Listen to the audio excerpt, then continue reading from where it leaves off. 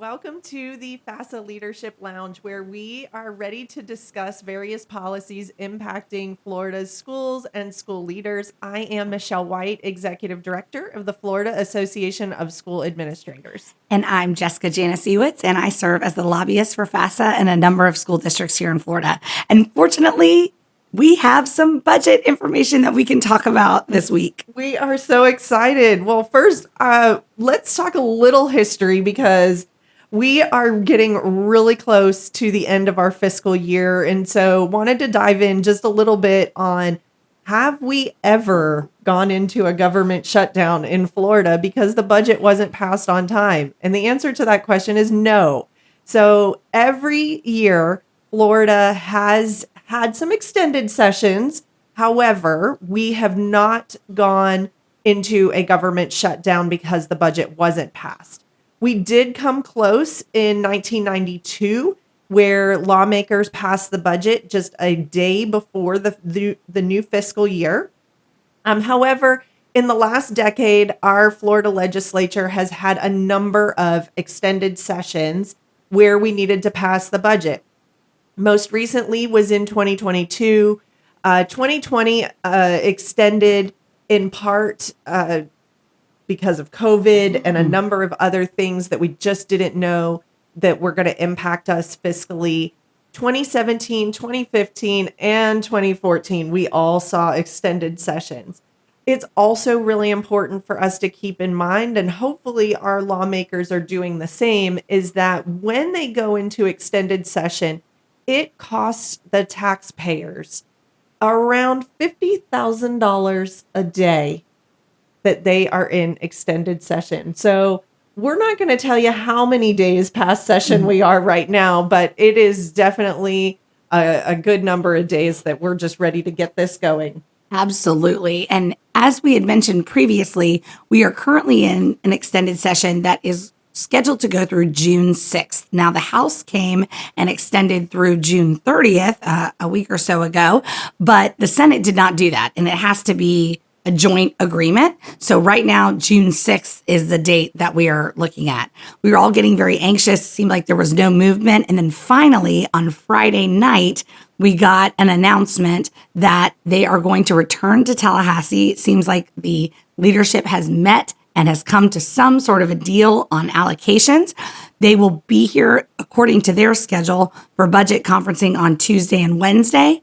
Both chambers are scheduled to meet on their respective floors on Thursday, and we'll see what happens from there. It could be that this is a very, very fast process and that Tuesday and Wednesday of this week are the budget conferencing and they get a lot done, and perhaps they meet on the floor on Thursday and start debating the budget.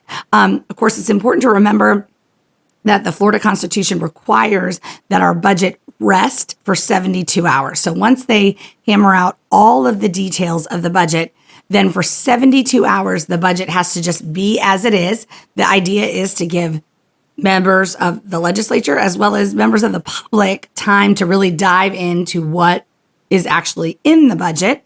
And then from there, they can begin to vote on the budget. So that could happen as early as next week.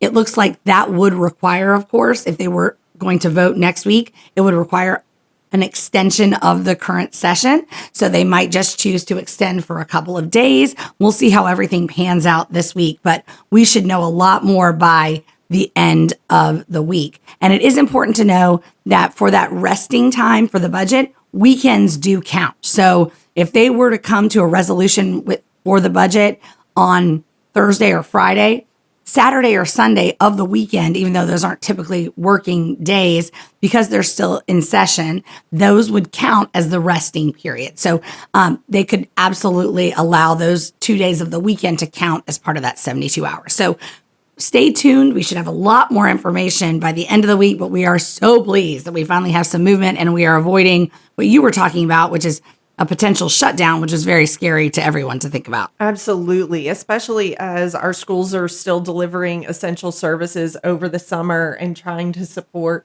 students and families and their communities. It has definitely been a challenge, and our voice and advocacy, I think, is also one of those main reasons of trying to get these things completed as soon as possible. I have faith in our leadership over at the Capitol that they also have this, even if it's a political understanding of what's happening, if they don't get this stuff settled very soon.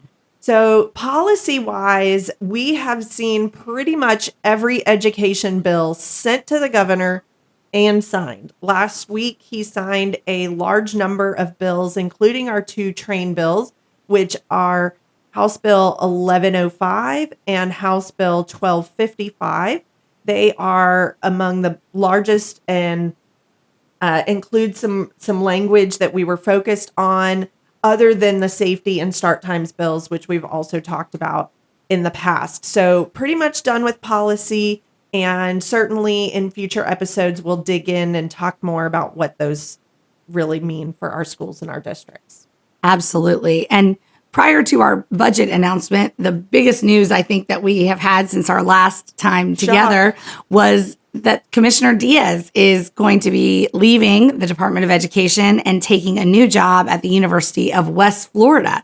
So that had been rumored, and it turned out to, of course, be true. It was announced that he will take that position. He's going to start on July 14th there. So that means, of course, we're going to have a new commissioner. The state board meets this week on Wednesday, and they have added an item to their agenda to discuss his replacement. So we shall see who will be leading us in the Department of Education in the coming year, now that we know he will no longer be with us. Yeah. And in the number of years that you and I just have been working at FASA, and we have seen a number of commissioners, and the process certainly has changed.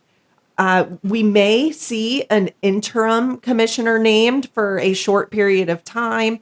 And many moons ago, we would have the state board would actually host a national search for a future commissioner. And until recently, they have been taking recommendations specifically from the governor. So we do not know which way they're going to go just yet, but more to come, and definitely in the next episode. One thing as far as state board rules I wanted to point out in particular is that recently there's been a few workshops that were scheduled and that are being pushed back. So this can help as we try to navigate what language is going to be included in rule. Specifically, there is one relating to criteria for school districts that they must use to report disruptive or criminal incidences to the Department of Education.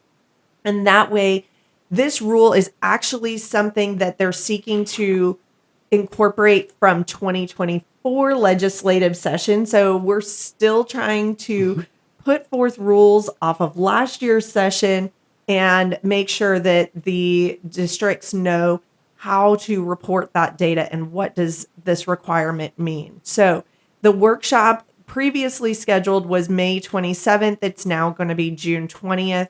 We have a number of rules that will be on the state board agenda this week on June 4th. And we actually already have 3 rules scheduled for their July 16th meeting, which will be just 2 days after the commissioner leaves and goes to UWF.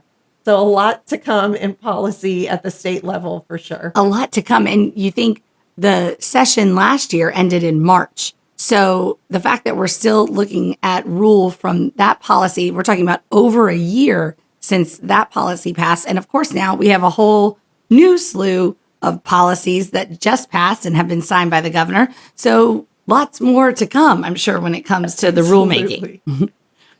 We also want to take a moment. We have some sad news to report. Someone that we all here at FASA really, really loved, and was a very special person. Dr. Wayne Blanton passed away this week. He was the longtime executive director of the Florida School Boards Association. In fact, he began his service in 1975 to that organization as assistant director, and then became the executive director in 1985. For 4 decades, he was an advocate for public education and a very respected leader across the state. He had just an unwavering commitment and integrity and leadership, and it left a profound impact on Florida's education system. He retired from FSBA in 2015 and left just behind a legacy of excellence and service and inspiration. He was someone that was wonderful to work with, and we will all greatly miss him, and his family and friends are certainly in our thoughts. Absolutely. In fact, Dr. Blanton was a wonderful supporter of FASA. We worked with him on a number of things. Even after he retired, he stayed engaged with FASA, and our political action committee was a regular donor.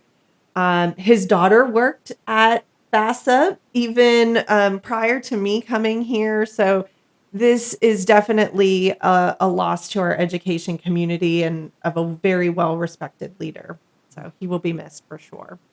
Absolutely. So as we look forward to this week, what do we have? Well, thankfully, we know we actually do have conferencing that's going to occur, and it will start, and it'll be something that will be very telling for us how quickly it goes. Just to remind everyone, the House and the Senate's budget proposals for numbers for us were not terribly far apart. The Senate had a slightly larger increase in the BSA, and I say slightly because it really was very, very small.